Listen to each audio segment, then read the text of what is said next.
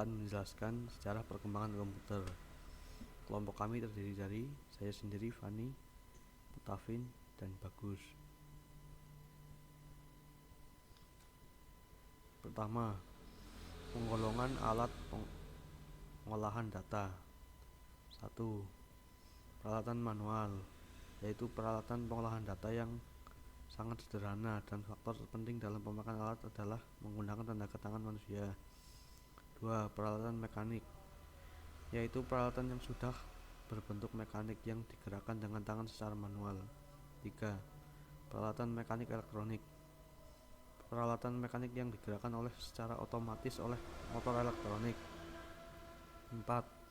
Peralatan elektronik, peralatan yang bekerja secara elektronik penuh. Sejarah komputer. Sejarah perkembangan komputer dibagi menjadi 2 tahap, yaitu sebelum tahun 1940 dan setelah tahun 1940. Sebelum tahun 1940. Contoh alat pengolahan data. 1. Abacus. Prinsip kerja: melakukan perhitungan menggunakan manik-manik yang digeser yang diatur pada sebuah rak. 2. Kalkulator roda numerik, ditemukan oleh Blaise Pascal pada tahun 1692. Prinsip kerja: menggunakan 8 roda putar bergerigi untuk menjumlahkan bilangan hingga 8 digit. Alat ini merupakan alat penghitung berbasis 10. Kelemahan alat ini adalah hanya terbatas untuk melakukan penjumlahan. 3. Kalkulator roda numerik 2, ditemukan oleh Gottfried Wilhelm von Leibniz pada tahun 1694. Oke, masuk ke contoh alat pengolahan data yang keempat, yaitu kalkulator mekanik yang ditemukan oleh Charles Xavier Thomas de Colmar dengan menerapkan prinsip melakukan penjumlahan, pengurangan, perkalian, serta pembagian. Selanjutnya, komputer setelah tahun 1940, di mana ini dibagi menjadi 5 generasi. Generasi pertama 940 sampai 59 dengan prinsip kerja menggunakan tabung vakum untuk memproses dan menyimpan data. Ya, seperti ini contoh yang generasi pertama, namanya ENIAC, dirancang oleh Dr. John Macaulay dan Presburg Eckert pada 1946. Bentuknya sangat besar dengan sistem instalasi kabel yang rumit. Untuk memproses data masih kurang maksimal, walaupun pada zamannya sudah cukup canggih. Selanjutnya ada EDVAC, yaitu Electronic Discrete Variable Automatic Computer. Ini menggunakan tabung vakum namun sudah dikurangi sehingga lebih ringkas dan lebih kecil, dan proses penghitungannya juga lebih cepat dibandingkan ENIAC. Selanjutnya ada EDSAC, yaitu Electronic Delay Storage Automatic Calculator. Ini dalam penyimpanan data menggunakan tabung merkuri atau air raksa. Yang keempat ada UNIVAC 1 komputer.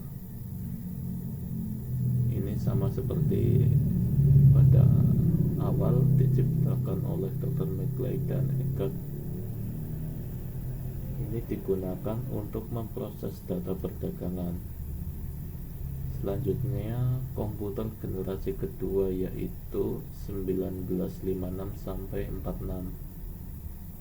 Dengan prinsip kerja, dia menggunakan transistor yang menggantikan tabung vakum.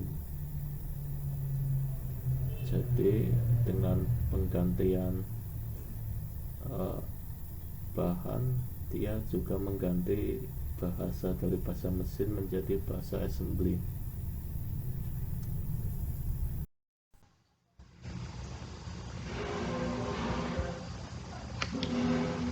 Contoh komputer generasi kedua yakni komputer DCP-DP8,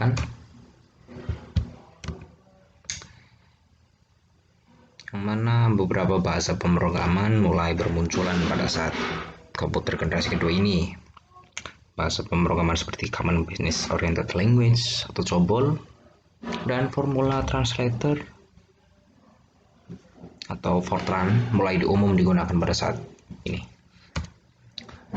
Lalu komputer generasi ketiga di tahun 1964, Jack Kilby selaku insinyur di Texas Instruments mencoba mengembangkan sirkuit integrasi atau IC di tahun 1958. IC ini mengkombinasikan 3 komponen elektronik dalam sebuah piringan silikon kecil yang terbuat dari pasir kuarsa. Lalu kemajuan komputer generasi ketiga lainnya adalah penggunaan sistem operasi atau operating system. Di keempat ini yakni komputer generasi keempat awal 80-an, tujuan pengembangan komputer menjadi lebih jelas, yakni mengecilkan ukuran sirkuit dan komponen-komponen elektrik. Seperti contohnya Large Scale Integration (LSI) dapat memuat ratusan komponen dalam sebuah chip pada tahun 1980-an. Lalu Very Large Scale Integration atau VLSI memuat ribuan komponen dalam sebuah chip tunggal. Yang ketiga, Ultra Large Scale Integration atau ULC meningkatkan jumlah tersebut menjadi jutaan, yakni dalam sebuah chip ada jutaan komponen pada chip tersebut.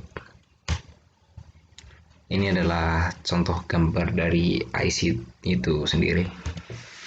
Lalu pada komputer generasi kelima, yakni di masa depan nanti, sistem yang mampu mengkoordinasikan banyak CPU untuk bekerja secara serempak. Kemajuan lain adalah teknologi superkonduktor yang memungkinkan aliran elektrik tanpa ada hambatan apapun, yang nantinya dapat mempercepat kecepatan informasi. Ya, dan tadi adalah akhir dari presentasi dari kelompok kami. Mohon maaf apabila ada salah-salah kata. Terima kasih sudah menonton. Semoga terhibur.